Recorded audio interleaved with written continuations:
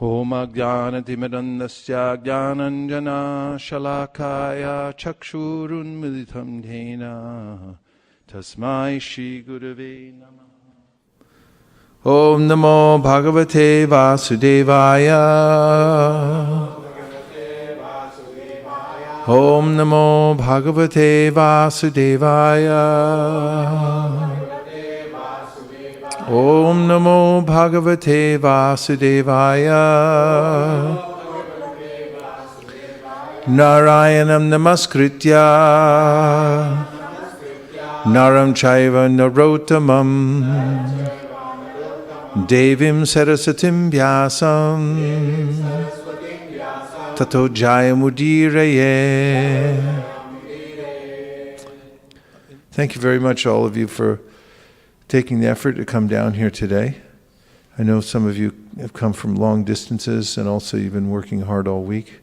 So this coming on a Saturday morning is austerity, but it's one worth making. And for all of you who've tuned in online today, I know there's a lot of other subjects you can tune into online, but you've made a deliberate choice to tune in to listen to the Bhagavatam today. So this will be towards your eternal credit. Today we're reading from the Srimad Bhagavatam 5th Canto, chapter number 7. This is called The Activities of King Bharata. So in this section of the Srimad Bhagavatam, we receive multiple lessons so that we can take to advance in devotional service ourselves. And this first chapter is called The Activities of King Bharata. And we'll hear about his character. As most of you know, he's one of the sons of Rishabhadeva, who had 100 sons. We heard fairly recently about some of the instructions that the Navayogendras, Kavi, Havi, Antariksha, Prabhuda, Pipalayana, Avirhotra, Drumala, Chamasa, and Karabhajana gave to Maharaj Nimi. And they were 9 sons that became great sages. Out of the 100 sons, Bharat was also greatly notable. In fact, the whole area, which we now call India, which was a lot larger back then, was called Bharat, named after him. Such a great king. And he had other sons, some of them who took up ritualistic Brahminical duties, and others, as I've named, the Yogendras became great sages. So, starting on text number 1, Shukadev Goswami continues to speak to Maharaj Parikshit. My dear king, Bharat Maharaj was a topmost devotee. Following the orders of his father, who had already decided to install him on the throne, he began to rule the earth accordingly. When Bharata Maharaj ruled the entire globe, he followed the orders of his father and married Panchajani, the daughter of Vishwarup. Just as the false ego covers the subtle sense objects, Maharaj Bharata created 5 sons in the womb of Panchajani, his wife. These sons were named Sumati, Rashtrabrita, Sudarshana, Avarna, and Dhumraketu. Formerly, this planet was known as Anjanaba Varsha, but since Maharaj Bharata's reign, it has become known as Bharat Varsha.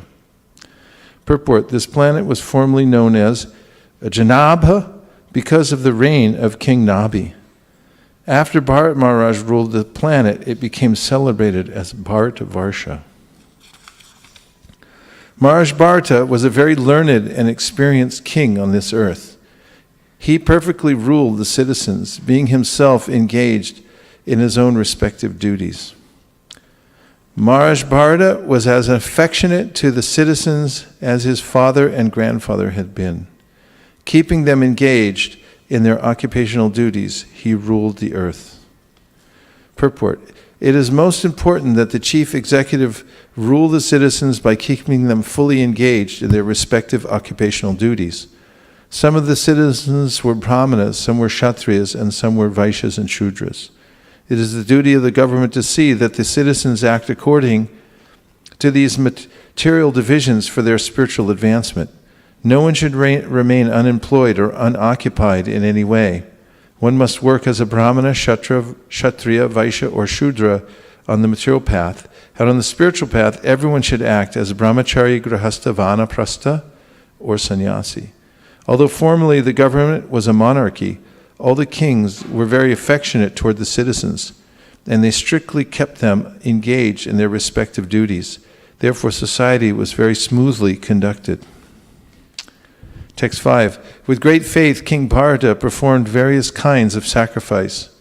He performed the sacrifices known as Agnihotra, Darsha, Purnamasa, Chaturmasya, Pashu Yagya, wherein a horse is sacrificed, and Soma Yagya, wherein a kind of beverage is offered. Sometimes these sacrifices were performed completely, and sometimes partially. In any case, in all the sacrifices, the regulations of Chaturhotra were strictly followed. In this way, Bharata Maharaj worshipped the Supreme Personality of Godhead. Purport: animals like hogs and cows were offered in sacrifice to test the proper execution of the sacrifice. Otherwise, there was no purpose in killing the animals. Actually, the animal was offered in the sacrificial fire to get a rejuvenated life. Generally, an old animal was sacrificed in the fire, and it would come out again in a youthful body. Some of the rituals, however, did not require animal sacrifice. In the present age, animal sacrifices are forbidden. As stated by Sri Chaitanya Mahaprabhu, Ashvamedam Gavalambham Sannyasam Palapaitrikam Devarena Sutopatim Kalu Pancha Vivarjayat. In this age of Kali, 5 acts are forbidden: the offering of a horse in sacrifice, the offering of a cow in sacrifice, the acceptance of the order of sannyas, the offering of oblations of flesh to the forefathers, and a man's begetting children in his brother's wife. Such sacrifices are impossible in this age due to the scarcity of expert brahmanas or ritvaja who are able to take the responsibility. In the absence of these, the Sankirtan Yagya is recommended. Yagnai Sankirtana Prayer Yajantihi Sumedasaha. After all, sacrifices are executed to please the Supreme Personality of Godhead. Jagnarta Karma. Such activities should be carried out for the Supreme Lord's pleasure. In this age of Kali, the Supreme Lord in his incarnation of Sri Chaitanya Mahaprabhu should be worshipped with his associates by performance of Sankirtan Yagya, the congregational chanting of the Hare Krishna mantra. This process is accepted by intelligent men. Jagnai Sankirtana Prayera Yajantihi Sumedasaha. The word Sumedasaha refers to intelligent men who possess very good brain substance. That's all of you. 6. After performing the preliminaries of various sacrifices, Maharaj Bharata offered the results in the name of religion to the Supreme Personality of Godhead Vasudeva. In other words, he performed all the yagyas for the satisfaction of Lord Vasudeva Krishna. Maharaj Bharata thought that since the demigods were different parts of Vasudeva's body, he controls those who are explained in the Vedic mantras. By thinking in this way, Maharaj Bharata was freed from all material contamination, such as attachment, lust, and greed. When the priests were about to offer the sacrificial ingredients into the fire, Maharaj Bharata expertly understood how the offering made to different demigods was simply an offering to the different limbs of the Lord. For instance, Indra is the arm of the Supreme Personality of Godhead, and Surya, the sun, is his eye. Thus, Maharaj Bharata considered that the oblations offered to different demigods were actually offered unto the different limbs of Lord Vasudeva. Purport: the Supreme Personality of Godhead says that as long as one does not develop the pure devotional service of Shravanam, Kirtanam, hearing and chanting, one must carry out his prescribed duties. Since Bharata Maharaj was a great devotee, one may ask why he performed so many sacrifices that are actually meant for karmis. The fact is that he was simply following the orders of Vasudeva. As Krishna says in Bhagavad Gita, Sarvadharman parityaja mam ekam sharanam vraja. Abandon all varieties of religion and just surrender unto me. Bhagavad Gita 18:66. You all agree? Whatever we do, we should constantly remember Vasudeva. People are generally addicted to offering obeisances to various demigods, but Bharata Maharaj simply wanted to please Lord Vasudeva. As stated in Bhagavad Gita, Bhoktaram yagya tapasam sarvaloka maheshwaram from Bhagavad Gita 5.29. A yagya may be carried out to satisfy a particular demigod, but when the yagya is offered to the yagya purusha, Narayan, the demigods are satisfied. The purpose of performing different yagyas is to satisfy the Supreme Lord. One may perform them in the name of different demigods or directly. If we directly offer oblations to the Supreme Personality of Godhead, the demigods are automatically satisfied. If we water the root of a tree, the branches, twigs, fruits, and flowers are automatically satisfied. When one offers sacrifices to different demigods, one should remember that the demigods are simply parts of the body of the Supreme. If we worship the hand of a person, we intend to satisfy the person himself. If we massage a person's legs, we do not really serve the legs, but the person who possesses the legs.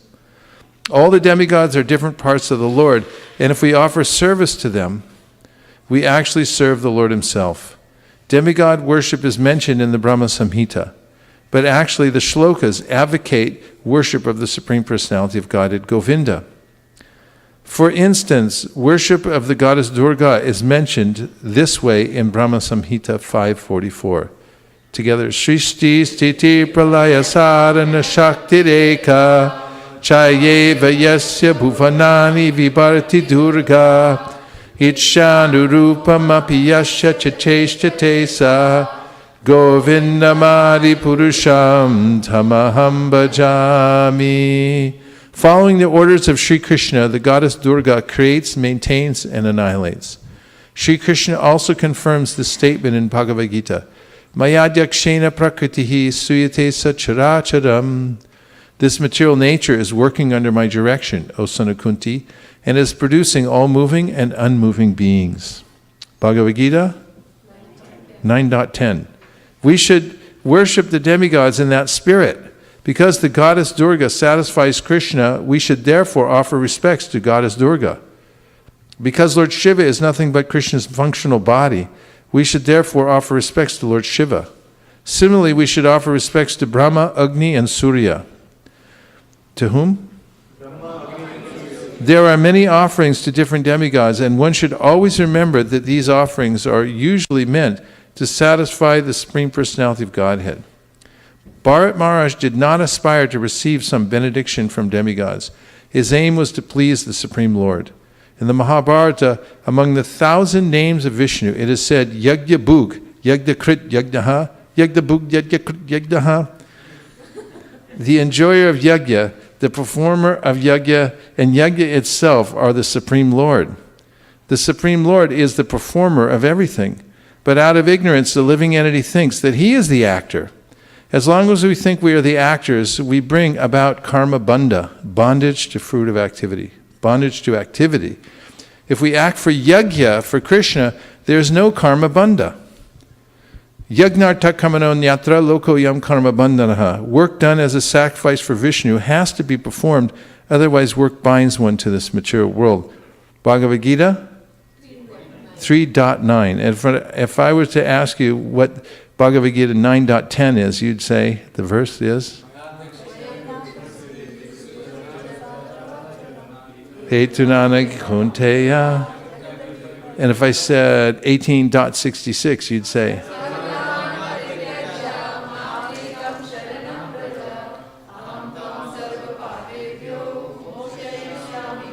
And if I said Brahma Samhita 5.44, you'd say? Sthiti pralaya sarana shakti reka chayeva yasya bhuvanani viparti durga ichanurupamapi yasya chacheshtatesa govindamari purusham tamaham bhajami. Following the instructions of Bharat Maharaj, we should act not for our personal satisfaction, but for the satisfaction of the Supreme Personality of Godhead. That's a take-home sentence. I'll read it again. Following the instructions of Bharat Maharaj, we should act not for our personal satisfaction, but for the satisfaction of the Supreme Personality of Godhead. This is the key to happiness in life. If one attempts to satisfy the Supreme Personality of Godhead, then one will naturally become satisfied. Do you agree? Can you back it up with any other scriptural statements? Yes, Govinda, Prabhu? Then keep in mind that if you don't use the microphone, whatever you say doesn't count.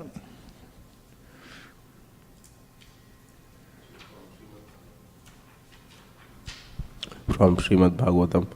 Yamadibihi yoga. Which verse? Okay, we'll just say the first line so we can look it up, so we can have a look at it. Yamadibihi yoga pathaihi kamalobha hato buhuhu mukunda sevaya yadvat tatha adha atmana shamyati. So the second line is Number? relevant.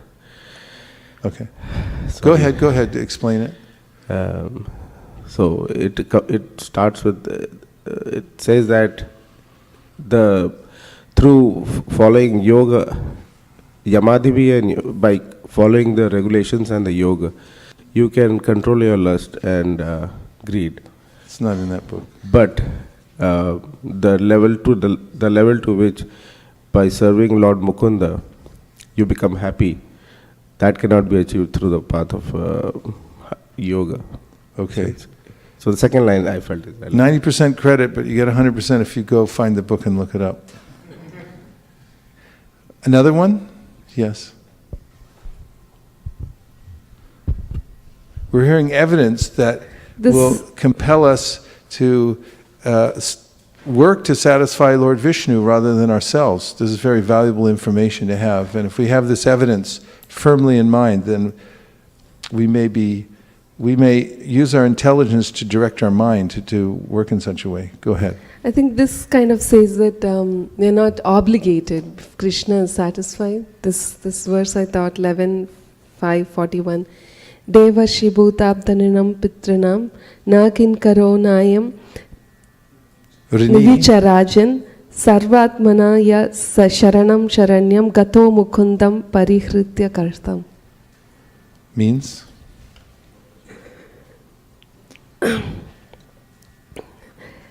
It's just a verse is there, like whoever satisfies Vishnu, he doesn't have to satisfy the devas and the rishis and all the previous pitris. So that all the obligations are satisfied by satisfying Vishnu. Yes. We're rini, we're a debtor to all these different entities, but if you fully surrender to Mukunda, then they're naturally satisfied.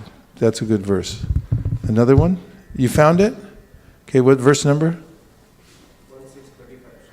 1635. This is the instructions of Narada Muni. 1635.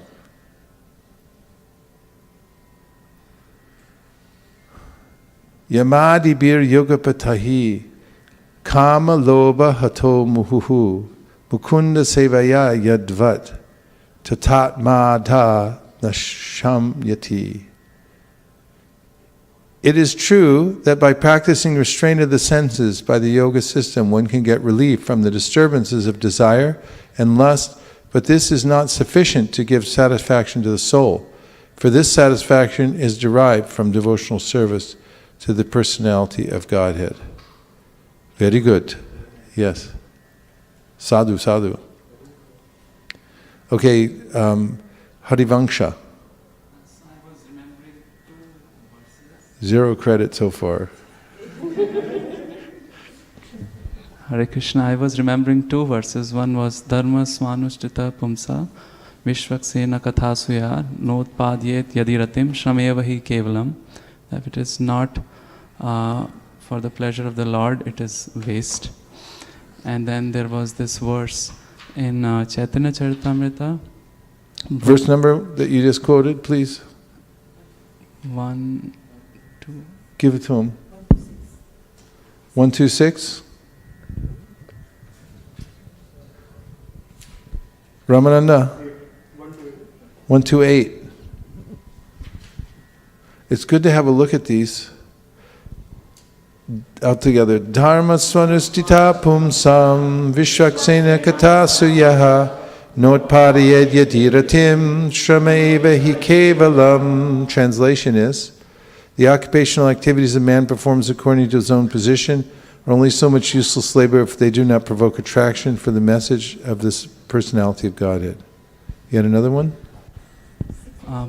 Bhukti Mukti Siddhi Kami Sakale Ashanta Krishna Bhakta Nishkama Ataiva Shanta. Ramananda? Yeah, it's in the book. Give him the verse.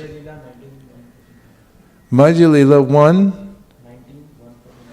19:149. Madhya 19:149.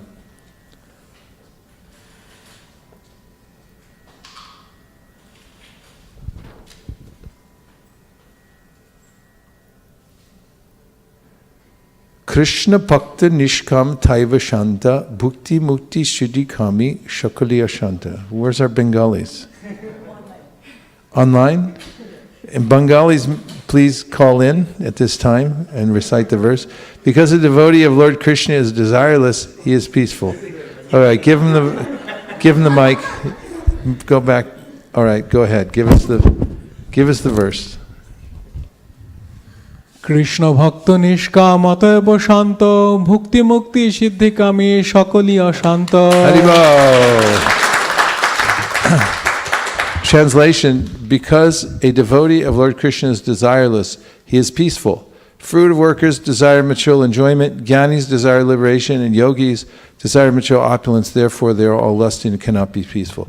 So, there are many more verses. One can do a study of this. In fact, you can get a notebook and fill it up with verses that say specifically this. And if one acts on this principle even minutely, one will find that one's life becomes productive and happy. So, we have here a continuation of Srila Prabhupada's purport, starting with the words, in Bhagavad Gita 17.28. Which verse? 17. It is stated, Ashodayahutam dattam tapas taptam kritam chayat asad ityuchite parta nachatat pretya yo no iha. Sacrifices, austerities, and charities performed without faith in the Supreme Personality of Godhead are non-permanent. Regardless of whatever rules, whatever rituals are performed, they are called asat, non-permanent. They are useless, therefore useless both in this life and the next. Kings like Maharaj Ambarish and many other Rajarshis who were pure devotees of the Lord simply pass their time in the service of the Supreme Lord. When a pure devotee executes some service through the agency of another person, he should not be criticized, for his activities are meant for the satisfaction of the Supreme Lord. A devotee may have a priest perform some karma kanda, and the priest may not be a pure Vaishnav, but because the devotee wants to please the Supreme Lord, he should not be criticized. The word apurva is very significant. The resultant actions of karma are called apurva. What are they called? Apurva. When we act piously or impiously, immediate results do not ensue. We therefore wait for the results, which are called apurva. The results are manifest in the future. Even the smartas accept this apurva. Pure devotees simply act for the pleasure of the Supreme Personality of Godhead. Therefore, the results of their activities are spiritual or permanent. They are not like those of the karmis, which are non-permanent. This is confirmed in Bhagavad Gita 4.23. Gata sangasya muktasya jnanavastita chetasa yajnaya charata karma samagram pravaliyate. The work of a man who is unattached to the modes of material nature and who is fully situated in transcendental knowledge merges entirely into transcendence. The work of a man who is unattached to the modes of material nature and who is fully situated in transcendental merges entirely into transcendence. A devotee is always free from material contamination. He is fully situated in knowledge, and therefore his sacrifices are intended for the satisfaction of the Supreme Personality of Godhead. So we're hearing the activities of King Bharata. And we're continuing with text number 7. In this way, being purified by ritualistic sacrifices, the heart of Maharaj Bharata was completely uncontaminated. His devotional service unto Vasudeva, Lord Krishna, increased day after day. Lord Krishna, the son of Vasudeva, is the original personality of Godhead, manifest as the Supersoul, Paramatma, as well as the impersonal Brahman. Yogis meditate upon the localized Paramatma situated in the heart. Jnanis worship the impersonal Brahman as the Supreme Absolute Truth, and devotees worship Vasudeva, the Supreme Personality of Godhead, whose transcendental body is described in the Shastras. His body is decorated with the Srivatsa, the Kaustuba jewel, and a flower garland. In his hands hold a conch shell, disc, club, and lotus flower. Devotees like Narada always think of him within their hearts. Purport: Lord Vasudeva or Sri Krishna is the son of Vasudeva.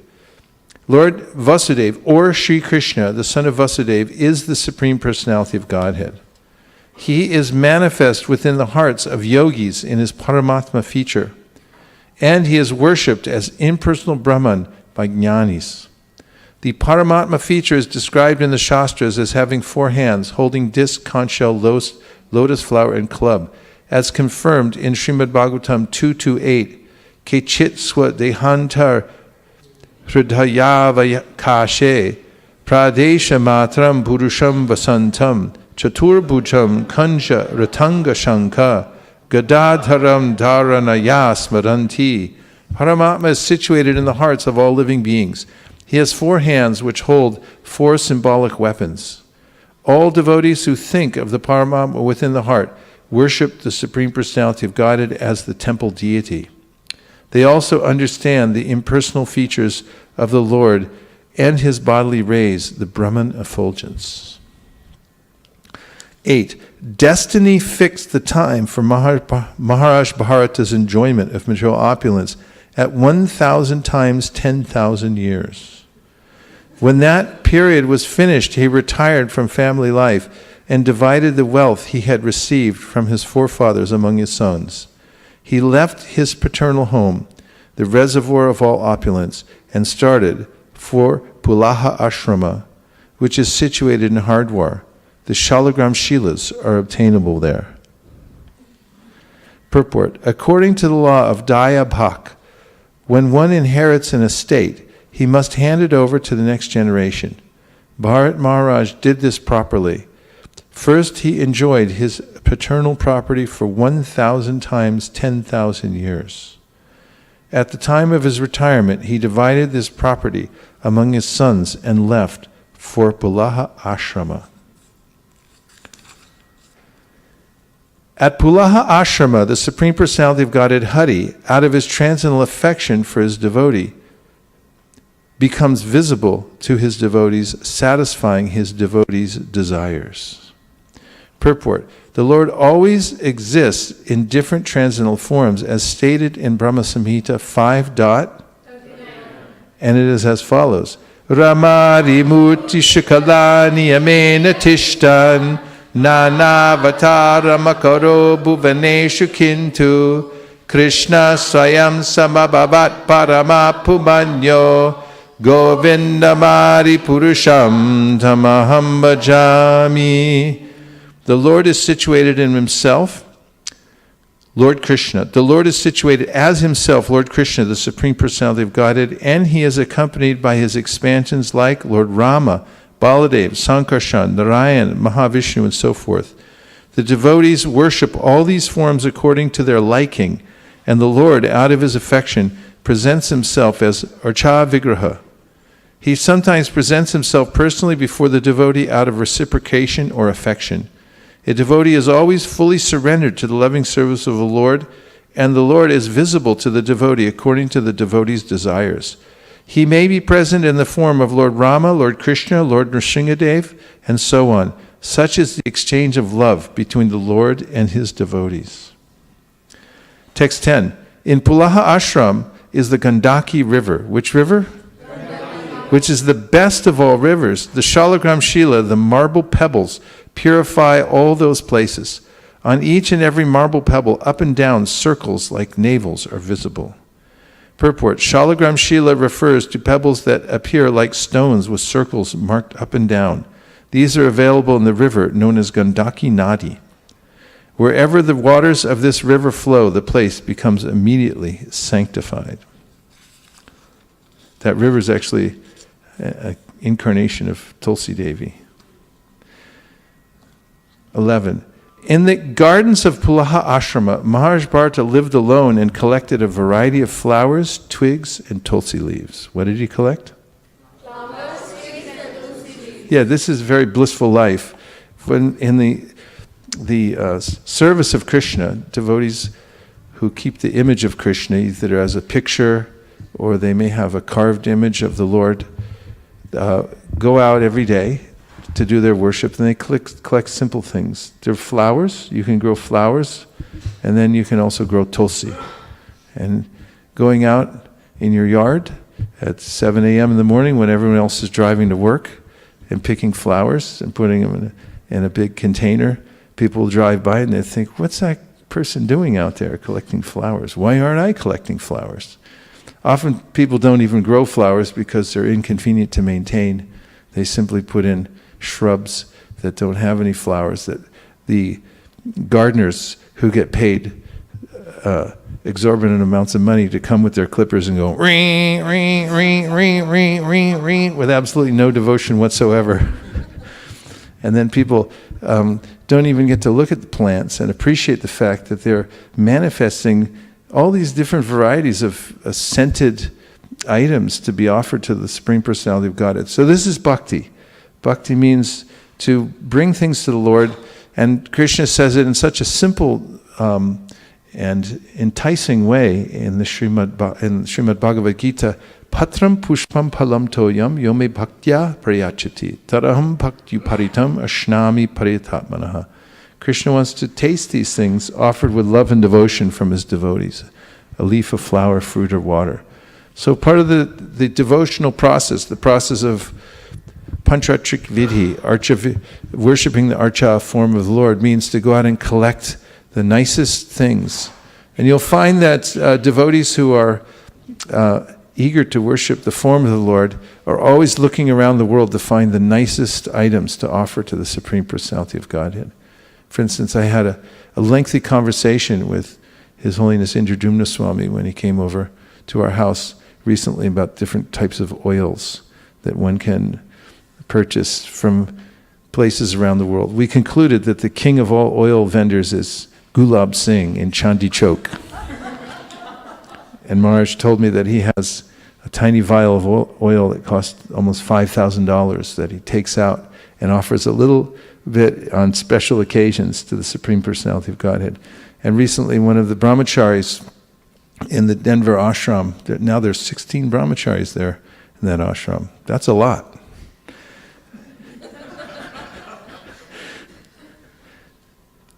Has taken to creating various rare combinations of oils. One of them is called Chatushama, and the recipe is given in the Sri Chaitanya Charitamrita. So when he saw that, he thought, yes, let me make this for Krishna. And he's making little bottles of Chatushama. I just bought 10 of them from him.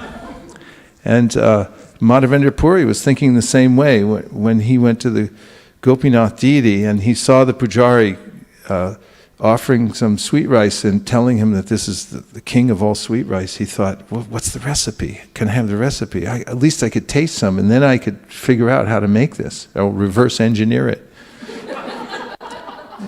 And then, of course, we know that he felt a little reticent because he thought, oh, I've offended the deity thinking about tasting the sweet rice. But this is the preoccupation of the devotees. They're always thinking how to get the nicest flowers. My friend Banabhata Prabhu was the greatest flower thief I ever met. Driving around Los Angeles where people keep gardens and they covet their gardens, they don't let anybody in. We'd drive by and I'd see, he's not watching the road, he's watching the flowers go by. And then he'd come back later, ding, ding, ding, ding, ding, and take back an offer to his Shalagram Shilas.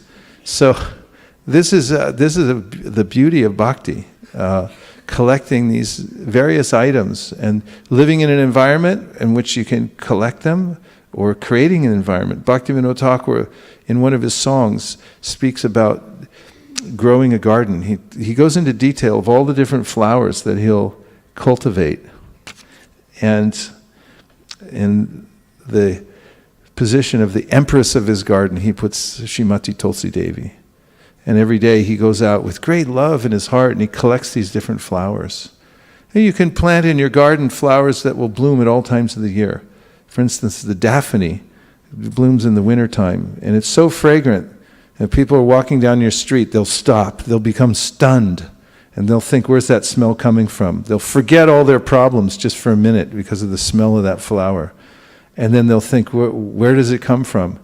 This is how nicely Krishna's arranged material nature so that we have things to offer to him, dravya.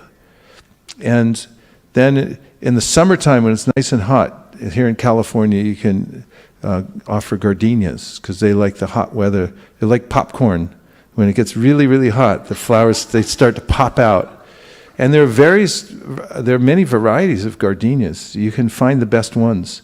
In fact, for years I was really disturbed by the fact that camellias, which are a very beautiful flower, don't have any scent. Everywhere I go around my neighborhood, or anywhere for that matter in America, and see camellias. Do you all know what camellias look like? They have a nice, beautiful leaf, a waxy green leaf, and then the flowers look almost like lotuses.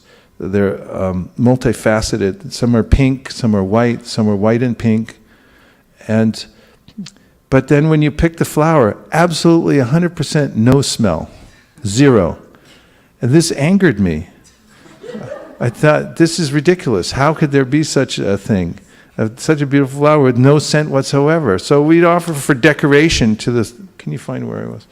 Offered in decoration to the Supreme Personality of Godhead, but no smell. But then I found something through an expert. In Japan, they have camellias that have a scent. So I ordered those plants from Japan, and I planted them in my yard, and now I'm happy again. I became happy because now there's a camellia and it comes out and it has actually a scent and you can offer it. And you know what? I actually felt happy that I went to that trouble and I grew it. I learned these things from God brothers who have real devotion to the Supreme Personality of God. I visited their homes. One of my dear friends and God brothers lived in Thailand, and every time I'd go to India, I'd stop there and visit his home.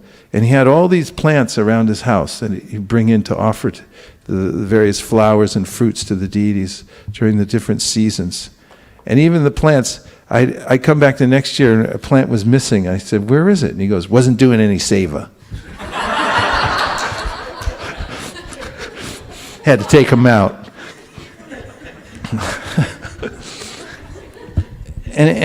By being around devotees that actually have that kind of bhakti, it's infectious. You can feel it for yourself. Offer nice scents. You can grind your own sandalwood.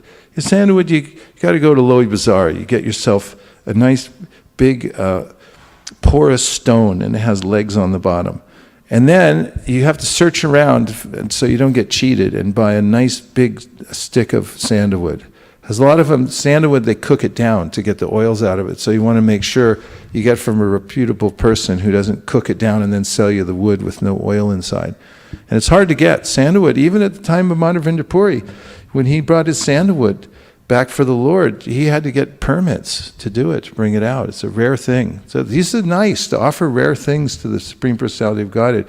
You should use your time and intelligence and resources, whatever cash you have stashed under your mattress, to buy these beautiful and rarest items that you can offer the Supreme Personality of Godhead, and you actually will feel satisfied when you give them to the Lord. So sandalwood, you get that. You can get camphor. Don't buy artificial camphor. It's poisonous, actually. You can buy real edible camphor. Camphor comes from trees. So you can buy that edible camphor, and then you get a little rose water, get the real thing, nice rose water, and then purified water, and you mix them together, and a little saffron is nice too, not too much. And saffron, a little camphor, the sandalwood that you get from this big sandalwood stick, and rose water, yes. You put it on the stone, and then you have to lean into it. This, you can develop great strength by doing this. When people go to the gym, they pay all this money to work out and everything like that. But you can see that if you lean into this sandalwood paste making activity, and then this pulp comes off, you scrape it off, and then you can put it in a container and offer this fresh pulp of sandalwood to the Lord in the hot season. Actually, in some temples, they cover the Lord with this sandalwood. You look at him, and I don't recognize you right now. What happened? And it's like the pujari will tell you, no, it's hot. We covered him with sandalwood pulp. But if you offer a little sandalwood pulp to your deities, you put on either the picture, you can offer to the lotus feet, you put a little of that, and then you take a tulsi leaf and put right on it. It'll fix itself. It'll adhere, because you put that there. And then what's left over, you can put on your forehead, a little prasad on your forehead, and then go to your office at work. The people look, what happened to you? No, it's sandalwood pulp. And then you explain, what's sandalwood pulp? What are you doing sandalwood pulp? I offer to Krishna's lotus feet. And you can tell people about that. Priya Kishori? So talking of rare substances, we all had an opportunity to watch Indradumna Maharaj do his puja, and I saw him make that paste, and along with that, one of the rare substances that he added was, it comes from the navel of a cow, and it comes from the navel of a specific female cow, and it's a pink substance. I'm not remembering the name. It starts with an R, and he said a small piece of that could cost around $1,000. Okay, beg, borrow, steal, but we got to get some of that now. And this is also preoccupation of those devotees who are connoisseurs of worshiping Krishna. They go around and they observe the various pujas. You find out who's doing puja and you say, can I come watch? This is something nice. When you go to Vrindavan, you'll find a lot of devotees are worshiping the deities. Just search them out and go ask them. I've seen so many people, and every time I go in and I watch. I saw Sri Prahlad once. He was worshiping his deities in Vrindavan. I was like, can I come and watch? So I came and I saw he had this system, very interesting system for bathing the deity. So he had this water pitcher, and on the end of it, he had fixed a tiny little conch shell. So when he pours from the water pitcher, then it comes through the conch shell. I thought, that's a nice innovation. Devotees come up with all these little innovations, and you can pick them up, and you can watch in different ways. And also, if you have some expert come and watch you, when was one of the twins came here not too long ago. Pankajangri, I think, came. And he stayed at our house. And then I said, so you watch my puja and you tell him if I'm doing anything wrong. So somebody who's doing puja all the time, they sit and watch. And then this way you can, they can find, I'd move that over there, or I just do this or that. And then this preoccupation with worshiping the Supreme Personality of Godhead. Of course, you can also worship the Lord just by going on Sankirtan.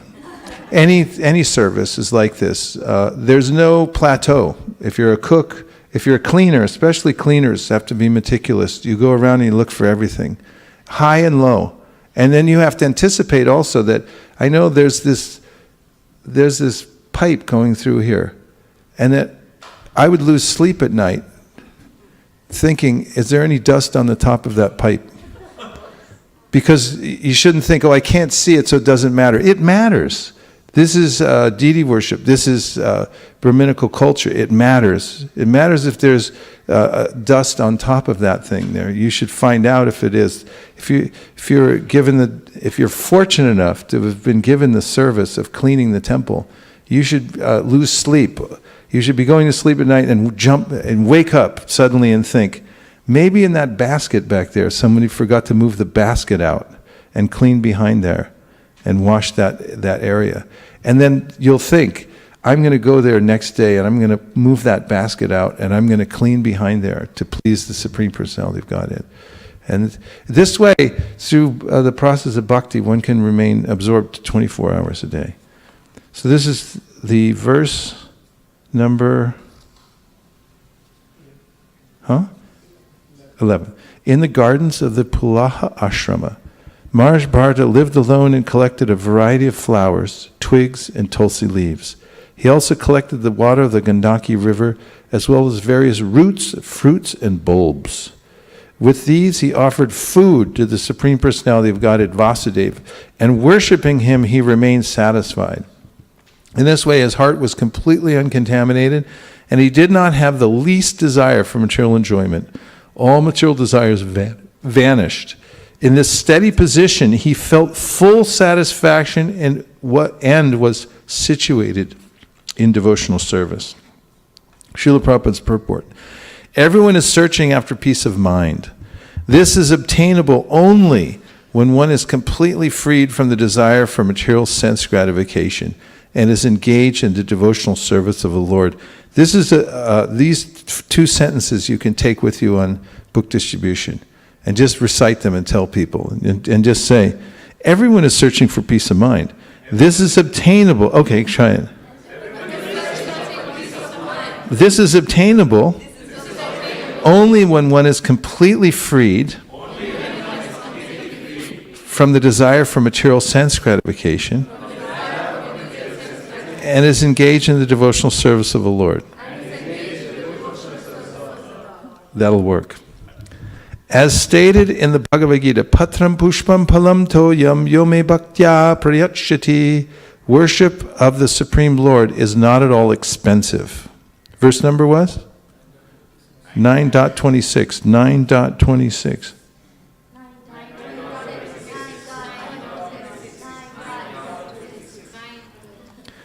Worship of the Lord is not at all expensive. One can offer the Lord a leaf, unless you're with Indradumna Maharaj. We're trying to keep up with him. The Supreme Lord accepts these offerings when they are offered with love and devotion. In this way, one can become freed from material desires. As long as one maintains material desires, he cannot become happy. He cannot be happy. As soon as one engages in the devotional service of the Lord, his mind is purified of all material desires. Then one becomes fully satisfied. Together, Savai Pumsam Paro Dharmo Yato Bhakti Ratoksaje Ahaitukiya Pratiyata Yayatma Suprasidati Vasudeve Bhagavati Bhakti Yoga Prayojitaha Janayat Yashrivairagnyam Jnanam Chayadahaitukam. The supreme occupation, dharma, for all humanity is that by which men can attain to loving devotional service under the transcendent Lord. Such devotional service must be unmotivated and uninterrupted in order to completely satisfy the self. By rendering devotional service unto the personality of Godhead Sri Krishna, to whom? Sri Krishna. One immediately acquires causeless knowledge and detachment from the world. That's from Bhagavatam 1.2.6 through 7. These are the instructions given in Srimad Bhagavatam, the supreme Vedic literature. One may not be able to go to Palaha Ashram, but wherever one is, one can happily render devotional service to the Lord by adopting the processes mentioned above. Oh good, Haribol. And then text 12. That most exalted devotee, Maharaj Bharata, in this way engaged constantly in the devotional service of the Lord. Naturally, his love for Vasudeva Krishna increased more and more and melted his heart. Consequently, he gradually lost all attachment for regulative duties. The hairs of his body stood on end, and all the ecstatic bodily symptoms were manifest. Tears flowed from his eyes, so much so that he could not see anything. Thus he constantly meditated on the reddish lotus feet of the Lord. At that time his heart, which was like a lake, was filled with the water of ecstatic love. When his mind was immersed in that lake, he even forgot the regulative service to the Lord. Purport. When one is actually advanced in ecstatic love for Krishna, 8 transcendental blissful symptoms are manifest in the body. Those are the symptoms of perfection arising from loving service to the Supreme Personality of Godhead. Give me a verse from Shikshashtakam which describes those symptoms. Go ahead, since you took the lead, to use the microphone, because he's saying it so nicely.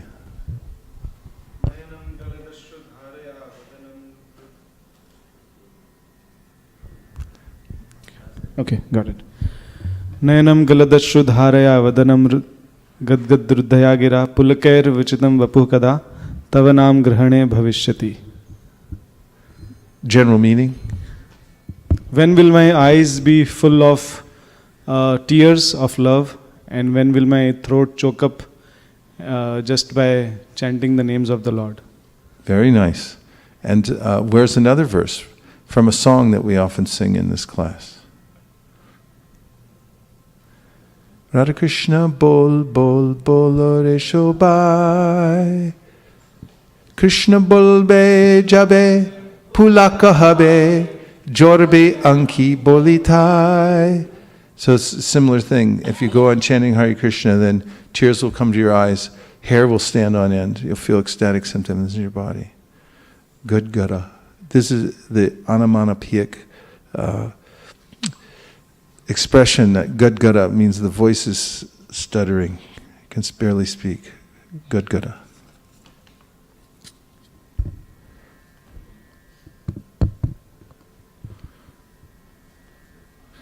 Purport? Where was I? Maharaj Bharata appeared very beautiful. He had a wealth of curly hair on his head, which was wet from bathing 3 times daily. He dressed in a deer skin. He worshipped Lord Narayan, whose body was composed of golden effulgence and who resided within the sun. Maharaj Bharata worshipped Lord Narayan by chanting the hymns given in the Rig Veda, and he recited the following verse as the sun rose. Purport: the predominating deity within the sun is Hiranmaya, Lord Narayan. He is worshipped by the Gayatri mantra, Om Bhur Bhuvak Sva Tat Savitur Varingnam Bhargadevasya Dhimahi. He is also worshipped by other hymns mentioned in the Rig Veda. For instance, Deyasada Savriti Mandalamadyavarti Narayana Sahasi Jasanasan Vishtaha Keyuravan Makalakundalavan Kiriti Hari Haranmaya Vapur Duchashanka Chakraha. Within the sun, Lord Narayan is situated and he has a golden hue. 14. The Supreme Personality of Godhead is situated in pure goodness. He illuminates the entire universe and bestows all benediction upon his devotees. The Lord has created this universe from his own spiritual potency. According to his desire, the Lord entered this universe as the Supersoul, and by virtue of his different potencies, he is maintaining all living entities desiring material enjoyment. Let me offer my respectful obeisances unto the Lord, who is the giver of intelligence. That's a verse that Bharat Maharaj personally recited every day. So anyone can follow in his footsteps if they wish. Nobody can stop you. Purport: the predominating deity of the sun is another expansion of Narayan, who is illuminating the entire universe. The Lord enters the hearts of all living entities as the Supersoul, and he gives them intelligence and fulfills their material desires. This is also confirmed in Bhagavad Gita, Sarvasya hridisan nivishta. I'm sitting in everyone's heart. Bhagavad Gita? As the Supersoul, the Lord enters the hearts of all living entities, as stated in Brahma Samhita 535. Andantarasta paramanu chayantarastam. He enters the universe and the atom as well. In the Rig Veda, the predominating deity of the sun is worshipped by this mantra. Dhyasada savriti mandalamadyavarti narayana sasi jasana sanavishtaha. Narayan sits on his lotus flower within the sun. By reciting this mantra, every living entity should take shelter of Narayan just as the sun rises. What do you think? Good idea? Yes. Perfect idea. According to modern scientists, the material world rests on the sun's effulgence. Due to the sunshine, all planets are rotating and vegetables are growing. We also have information that the moonshine helps vegetables and herbs grow. Actually, Narayan within the sun is maintaining the entire universe. Therefore, Narayan should be worshipped by the Gayatri mantra or the Rig mantra. Thus end the Bhaktivedanta purports of the 5th canto, 7th chapter of the Srimad Bhagavatam, entitled The Activities of King Bharata. So far, we've chanted 1 chapter of the Bhagavatam, 1 chapter of the Gita, and we've read the purports and verses for 1 entire chapter of the Bhagavatam. How do you feel now? Satisfied and better, and a million times better. This is the only way to become happy. Now we're moving on to the next chapter because we're coming to some of the great lessons taught by this. I mean, not that we haven't learned some already, but it gets thicker.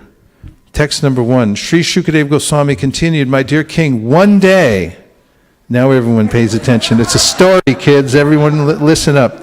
After finishing his morning duties, evacuating, urinating, and bathing, Maharaj Bharat sat down on the bank of the river Gandaki for a few minutes and began chanting his mantra, beginning with Omkar. O king, while Bharat Maharaj was sitting on the bank of that river, a doe, being very thirsty, came there to drink. While the doe was drinking with great satisfaction, a lion, which was very close, roared very loudly. This was frightful to every living entity, and it was heard by the doe. By nature, the doe was always afraid of being killed by others, and it was always looking about suspiciously. When it heard the lion's tumultuous roar, it became very agitated. Looking here and there with disturbed eyes, the doe, although it had not fully satisfied itself by drinking water, suddenly leaped across the river.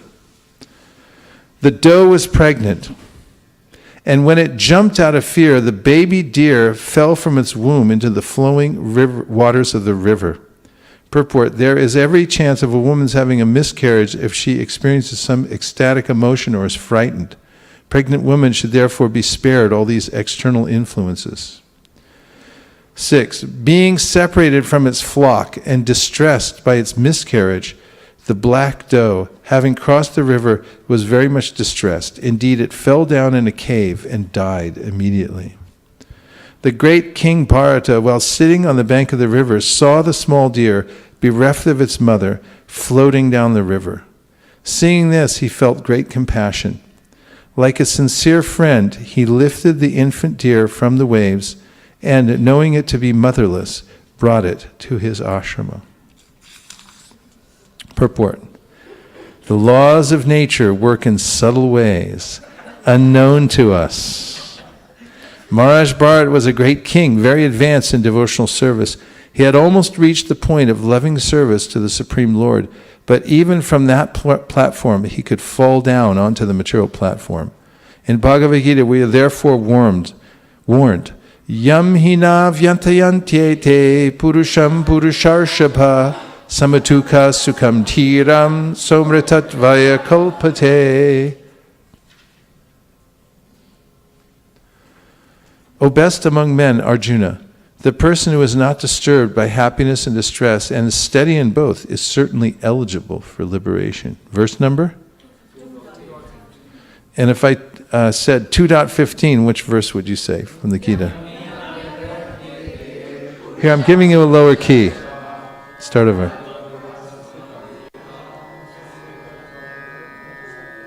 Yam hina vyantayante te purusham purusharshapa samatuka sukham tiram samritat vaya kalpate. Such an important verse. It's so simple, but it's a clear indication of one's spiritual advancement. O best among men, Arjuna, the person who is not disturbed by happiness and distress and is steady in both is certainly eligible for liberation. Srila Prabhupada continues, spiritual salvation and liberation from material bondage must be worked out with great caution. Otherwise, a little discrepancy will cause one to fall down again into material existence. Poetical and so powerful. I'm going to say it again and maybe again. Spiritual salvation and liberation from material bondage must be worked out with great caution. Otherwise, a little discrepancy will cause one to fall down again into material existence. You want to hear it one more time? I know you do. Spiritual salvation and liberation from material bondage must be worked out with great caution.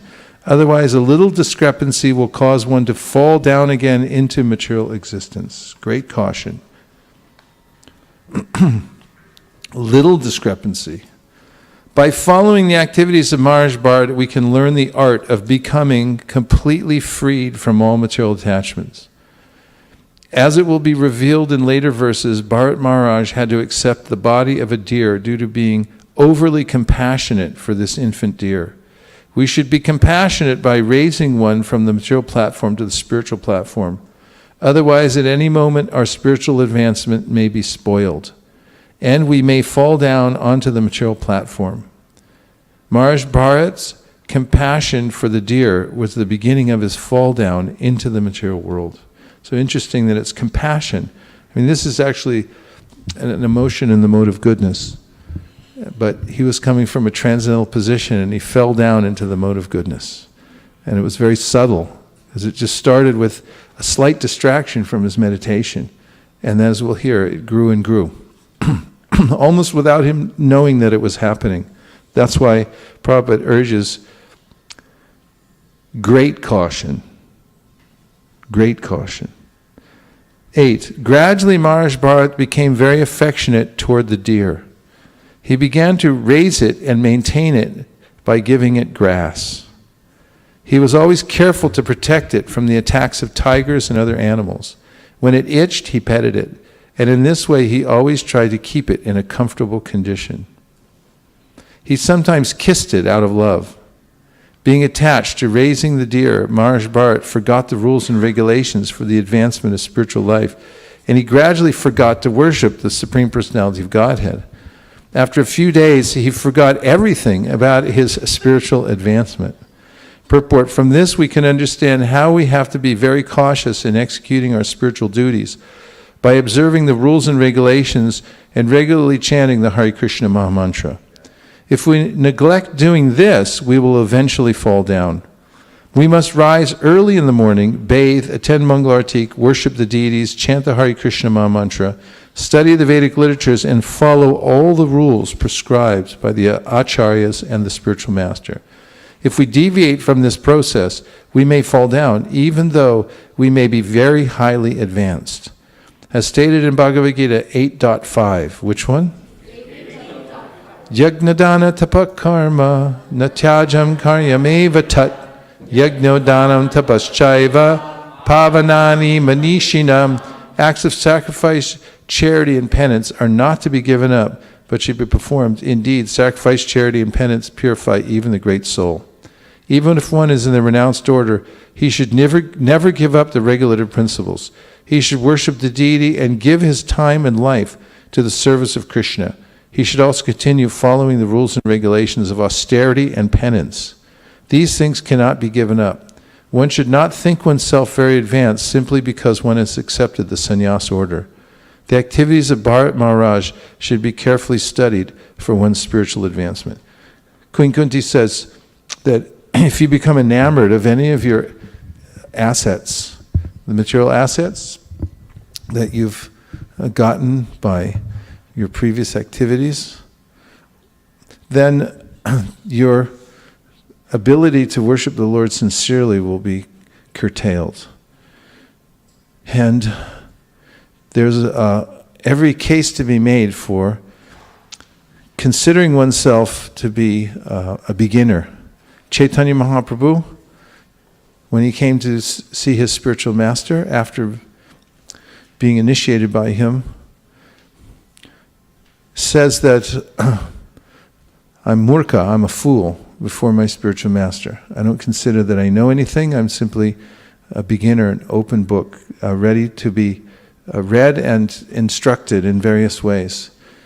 And if I consider myself to be liberated, now I'm liberated because I am what?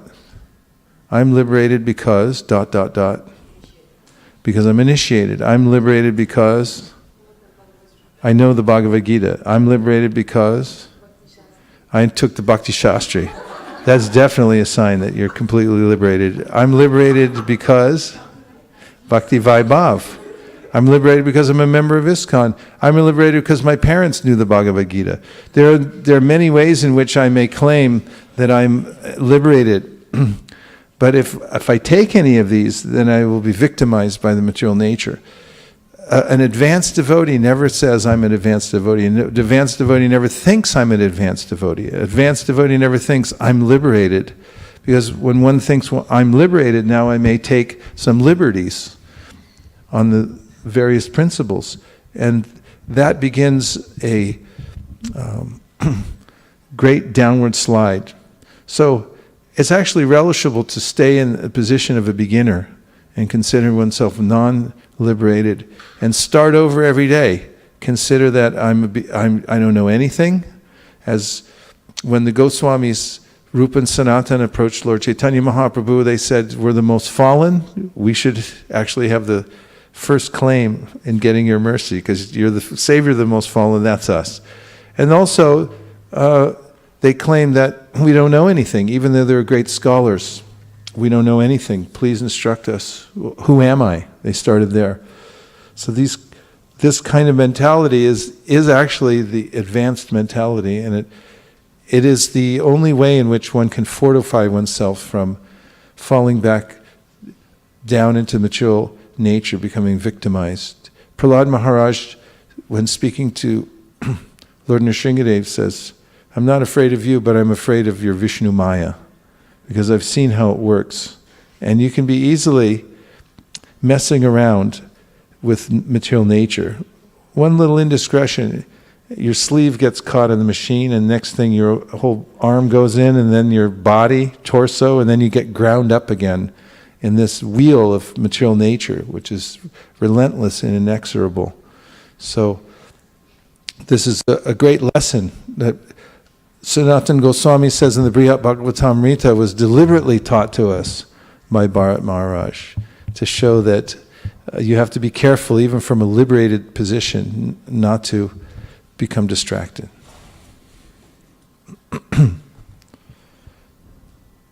The great King Maharaj Bharat began to think, alas, this helpless young deer, by the force of time, an agent of the Supreme Personality of Godhead, has now lost its relatives and friends and has taken shelter of me. It does not know anybody but me, and I have become its father, mother, brother, and relatives. This deer is thinking in this way, and it has full faith in me. It does not know anyone but me. Therefore, I should not be envious and think that for the deer, my own welfare will be destroyed. I should certainly raise, protect, gratify, and fondle it. When it has taken shelter with me, how can I neglect it? Even though the deer is disturbing my spiritual life, I realize that a helpless person who has taken shelter cannot be neglected. This would be a great fault. Purport. When a person is advanced in spiritual consciousness or Krishna consciousness, he naturally becomes very sympathetic toward all living entities suffering in the material world. Naturally, such an advanced person thinks of the suffering of the people in general. However, if one does not know of the material sufferings of fallen souls and becomes sympathetic because of bodily comforts, as in the case of Bharata Maharaj, such sympathy or compassion is the cause of one's downfall. If one is actually sympathetic to fallen, suffering humanity, he should try to elevate people from material consciousness to spiritual consciousness. As far as the deer was concerned, Bharata Maharaj became very sympathetic, but he forgot that it was impossible for him to elevate a deer to spiritual consciousness, because after all, a deer is but an animal. It was very dangerous for Bharata Maharaj to sacrifice all his regulative principles simply to take care of an animal. The principles enunciated in Bhagavad Gita should be followed. Yam hina vyatiyante te purusham purusharshaba. And if you quoted that verse and you wanted to say where it was from, what's the verse number? 2.15? 2.15? And if I said, what's 2.15, what would you say? Purusham purusharshaba samadhuka sukham dhiram somratat vaya kalpate somratat vaya kalpate somratat vaya kalpate. It's good to say the last line a few times because we only get to chant the first line sometimes. You can make up for it. The principles enunciated in Bhagavad Gita should be followed. Yam hina vyatiyante te purusham purusharshaba. As far as the material body is concerned, we cannot do anything for anyone. As far as the material body is concerned, we cannot do anything for anyone. However, by the grace of Krishna, we may raise a person to spiritual consciousness. Yeah, it's like when you catch a cold. It lasts for about 9 days. It's 3 days to get it, 3 days to have it, 3 days to get rid of it. And if people give you medicine, and if you tell them you're sick, they will give you medicine. And if you do that, you'll get rid of it in 9 days also. if you take all the medicine. However, by the grace of Krishna, when we raise a person to spiritual consciousness, if we ourselves follow the rules and regulations, if we give up our own spiritual activities and simply become concerned with the bodily comforts of others, we will fall into a dangerous position. 10. Even though one is in the renounced order, one who is advanced certainly feels compassion for suffering living entities.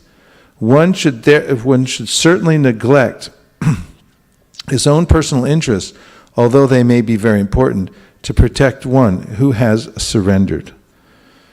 Purport: Maya is very strong. What is Maya?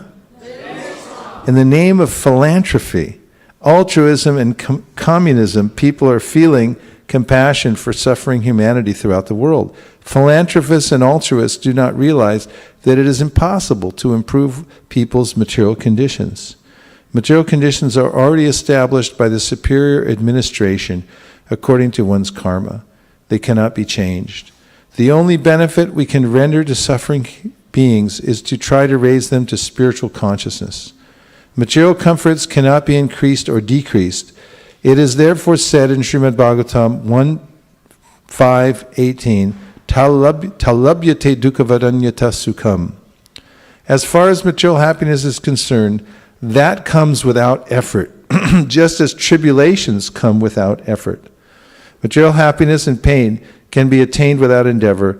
One should not bother for material activities. If one is at all sympathetic or able to do good to others, he should endeavor to raise people to Krishna consciousness. In this way, everyone advances spiritually by the grace of the Lord.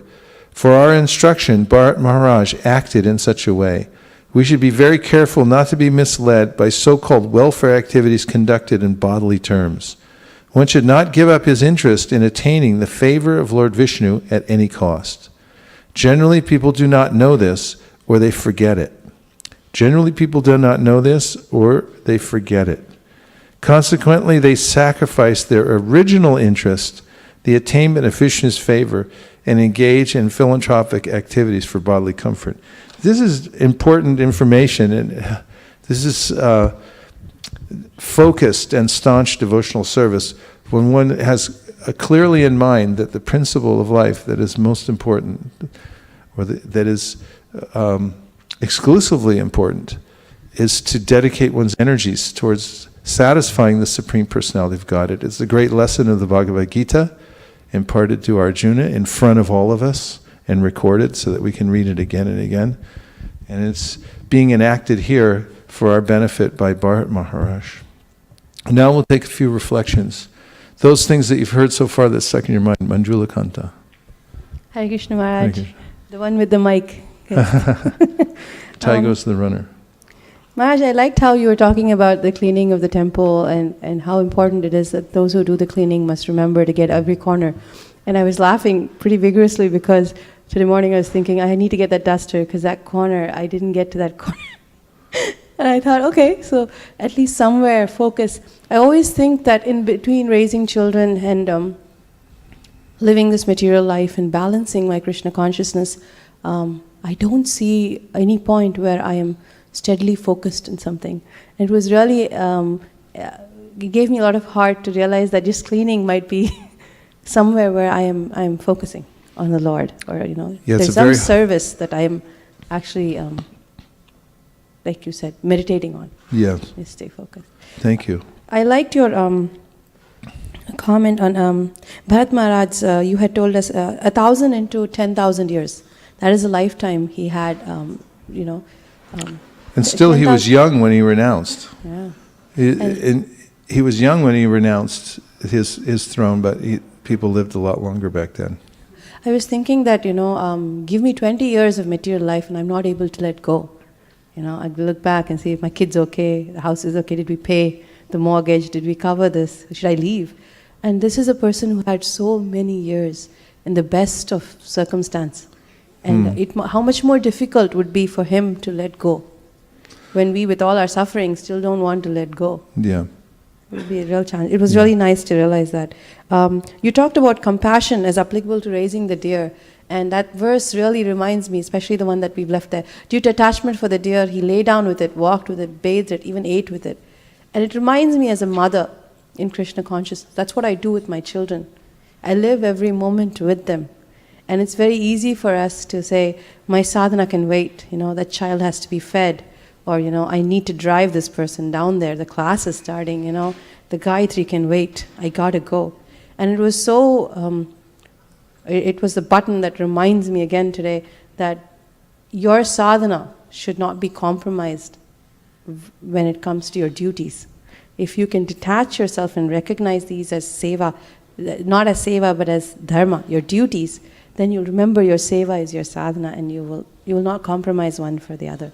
It was very nice. Thank you. Yeah, that's true. And at the same time, we also have to lavish affection. Children and other family members need affection to survive. Children have to have. That's why they're helpless, and they have to have that. So there have been times, and the art of balancing the two is something to develop. In the history of the very short history of our ISKCON movement, there have been times at which parents have, for the sake of sadhana, sacrificed giving affection to their children or neglected them in different ways. And that is also not the formula for success. There's a way in which to do the two things together, and when they're integrated, the children also see your example. I liked how it reminded us not to let go of sadhana, using this as an excuse. Yes. To value this more than that. Yeah, and also knowing that it's seva in raising children, because I'm seeing now these children that are raised in Krishna consciousness.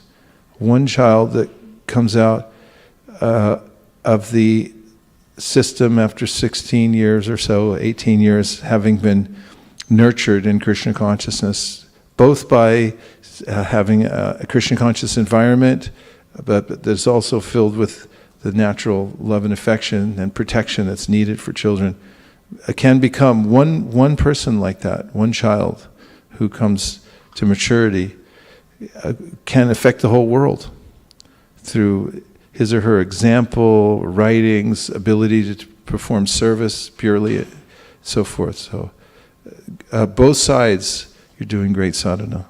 You get an opportunity to be fully absorbed 24 hours a day. I liked what you said about cleaning. It's something to go back to. Cleaning services, cleaning the temple, cleaning the Lord's paraphernalia. It's a very absorbing service, and it is something that Chaitanya Mahaprabhu showed himself by example, something that Prabhupada was constantly aware of. He talked about revolutionary clean, and somebody can take this as their heart and soul and learn to develop that kind of cleanliness. It takes a lot of work, but in that working towards that standard of cleanliness, one is maintained at a higher level of consciousness. One maintains one's higher level of consciousness. And when one's doing it for Krishna, then one cleanses one's heart simultaneously. So it's a good idea to be meticulous as far as cleanliness goes. It's not spontaneous devotion to let things go. That's not spontaneous devotion. It's actually abominable. Yes. First of all, thank you for reading, Prabhu, because you were saying the other day that you were not giving class until you leave. So it felt like a desert. And yesterday when I saw the email, it was like another 2 hours of nectar. And this reading of these verses felt so good that I really felt like it's a turning point, because we have so many material desires and then we get stuck. And again, life after life. And in the verse 5, 7, 11, where how the Lord is worshipped and how he was worshipping, and then all his material desires are going away. So how Prabhupada is giving a practical exam. It's not like a theory that you have to stop the desires or it will automatically go away. It's like something you can do physically, that the material desires will go away. So and the many points that Manjula Kanta also shared, It's like just do it, and somehow balance that we can satisfy Krishna, and then we get the main satisfaction and inspire others by our examples. I like your phrase "turning point." That you felt a turning point. We should have that experience every day. That this was a turning point in my, because of my sadhana. Because we do have to have a turning point every day. Spiritual life is dynamic. We can have endless turning points. A turning point at every second, actually. One of the underlying qualities of the spiritual world is adbhuta, which means wonderment. That things are always getting more beautiful, fresh. Krishna is ever fresh. His beauty is always increasing, and it's not just because I'm seeing it in a different light. It's actually increasing. And our sadhana can be like that also. Every day is a turning point. Every hour is a turning point. And also, when we have periods in our life when we feel restricted, when we want to do more but we can't, oftentimes this restriction becomes, just like when you cook in a pressure cooker, it cooks faster because you can cook rice. How fast can you cook rice in a pressure cooker? 12 minutes as opposed to? Okay, so it's half the time. So it's mentioned that in Krishna's pastimes, some of the gopis who couldn't make it to the rasa dance because they were held back by their relatives made immense advancement in that friction they felt and not being able to go to Krishna. Ashlishava paravatam pinashnam adarshana marmahatam korotuva. And so in different periods of our life we'll have sometimes more access, sometimes less. But in the times when we feel like we have less, that if we have that desire to do more, and we're thinking, when will that day be mine? And that we let it build up, that's the pressure cooker, and our devotion cooks faster. And then once you get out, and once you get opportunity, then you should burst out, just like that steam coming out. It's boom. You're just ready to grab every opportunity. Some people have all day long, and then they're lackadaisical, or they start looking at other things that have nothing to do with Krishna consciousness. But those who are doing multiple duties, taking care of children, working, as many of you are, and so forth, and trying to do your services at the same time, it's more intense. Vidyam chayas tadvedo bayam saha avidyayam ratum tirtva vidyayam ratum ashnute. Only one who can learn the process of nescience and transcendental knowledge side by side can transcend the influence of repeated birth and death and enjoy the full blessings of immortality. This is Kunti had the same dilemma when she was talking about the Pandavas and the Vrishnis. Let my tie of affection be severed from them. And Prabhupada said this doesn't mean that we give up human emotions, but it means we distinguish and we say, oh, these are devotees I'm serving, it's not my children. They're not my relatives, they're my children. So there's a division of consciousness through which, even while doing so-called ordinary duties, we can become enlightened. Even worshipping the demigods, Bharat Maharaj, because he was seeing it as a means to satisfy the Supreme Personality of Godhead, attained perfection. His heart became completely clear. Okay, we have about 30 more seconds, and we have 1, 2, 3, 4, 5, 6. So each of you get 5 seconds. Go ahead. And online. So 4 seconds each.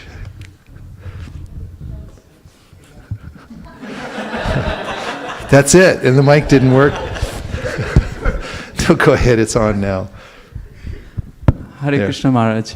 Maharaj, I had 2 points. One was what Hanumat Preshak Maharaj was quoting Srila Prabhupada, that every psychological dispositions which you see anywhere else in the world is there in Srimad Bhagavatam. Oh. So he was narrating some story of Daksha Maharaj and Satibai, paraphrasing into our modern parlance. So that's beautiful. And that's the benefit we have of having Hanumat Preshak Swami walking the earth, is he keeps bringing these things to light, so that we can go more deeply within the Srimad Bhagavatam and actually take it as real life instruction. Really nice. And Maharaj, I was just The Manjula Kanta Mataji mentioned a very nice point, and the dichotomy between those who are dependent on us and then where to draw that line and the mood. So I was just reminded how Bhakti Siddhanta Saraswati Thakur, his guru told him, don't accept any disciples. And he said, I have never accepted any disciples. And then he would always say Dasosmi to anybody and everybody. So that in the heart he was in a perfect balance. So I thought that was... Very nice. That was very good point. Thank you. Maharaj, I like your point of your friend, wasn't doing any seva. That was it. Krishna is the center. You have to know him to appreciate it. Yes. His mood. You. Yeah. Thank you. That was actually 4 seconds. That was pretty good. Okay. This will be little larger, Maharaj. I was just contemplating,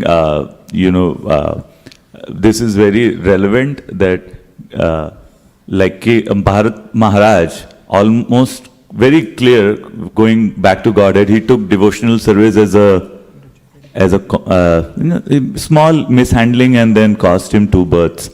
And with Thakur Bhakti Vinod disappearance coming up, and when we read prayers like Amar Jivan and other details, like again the same kind of do not do this, do not beat the mind with shoes, as Srila Bhakti Siddhanta Saraswati says. And so it's a moment of, the purports are very beautiful.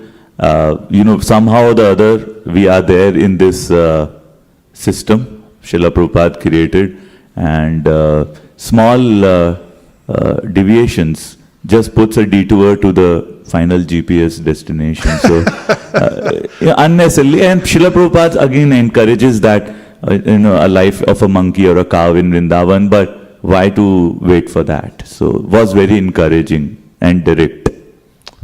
Yeah, and after that happened, he became so serious. Even as a deer, he went back to that Pulashta ashram and just wanted to be around. One of the great lessons of this story is that we need to have association.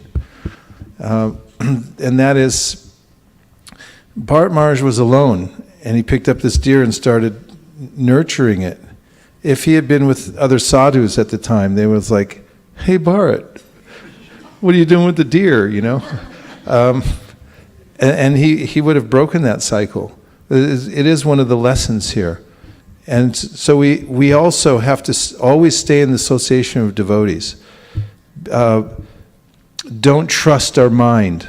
Don't think that by myself I can face the inexorable, powerful forces of material nature, but think I have to be around other devotees. One can also notice that one does better service, more attentive service when one's in the association of devotees, and take that lesson. And the Bharat took it. After that, he came and he just spent his time, even as a deer, around sadhus, and remained connected to them. Would take 2 more? Yes. Mataji, all the way in the back, and then back to Victoria.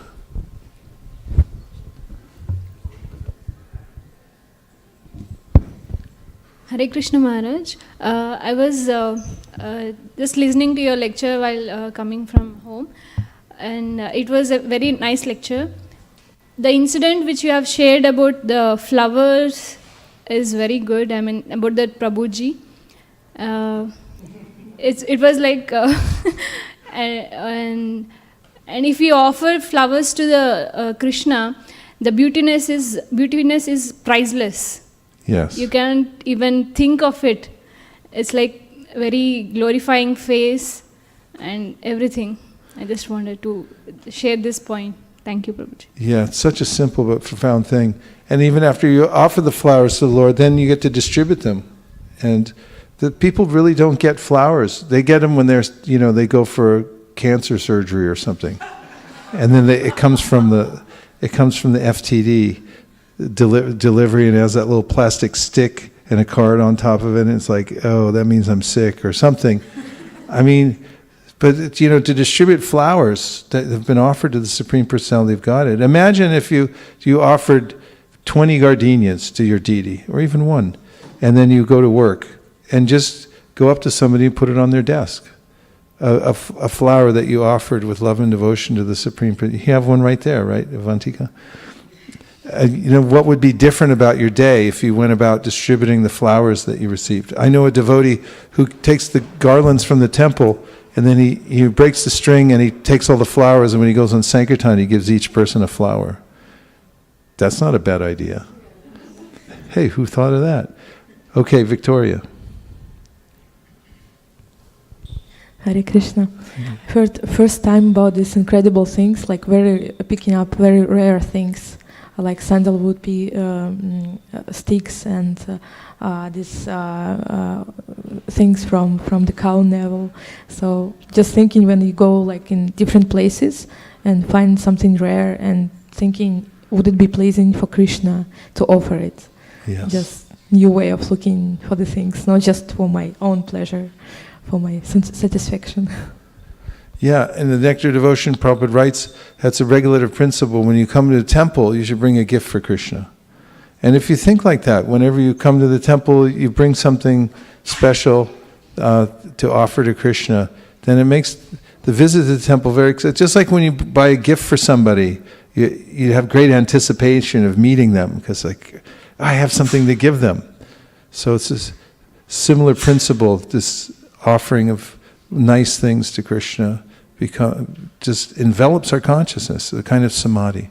So we've heard and chanted a little bit this morning. We covered some of our basics, and this is a good way to conduct one's life, is take time every day to listen very deeply and chanting japa, the sacrifice of chanting japa, and then at least a chapter of Gita, at least a chapter of Bhagavatam, and then read for a while with the purports and hear that. And if you take that diet, then you become strong like bull. Go Premanande Hari Hari Bo. To everybody online, let's please say Hare Krishna. Thank you for joining us from all over the world. And to everybody here in our live studio audience, we thank you very much for coming. Hare Krishna. Vancha kalpadrishcha kripasanabhevacha patitanam pavanibhyo vaishnavibhyo namo namaha gopremanande. Nachariyar marman, nachariyar marman, nachariyar marman, nachariyar marman, hey, nachariyar marman, nachariyar marman, nachariyar marman, nachariyar marman.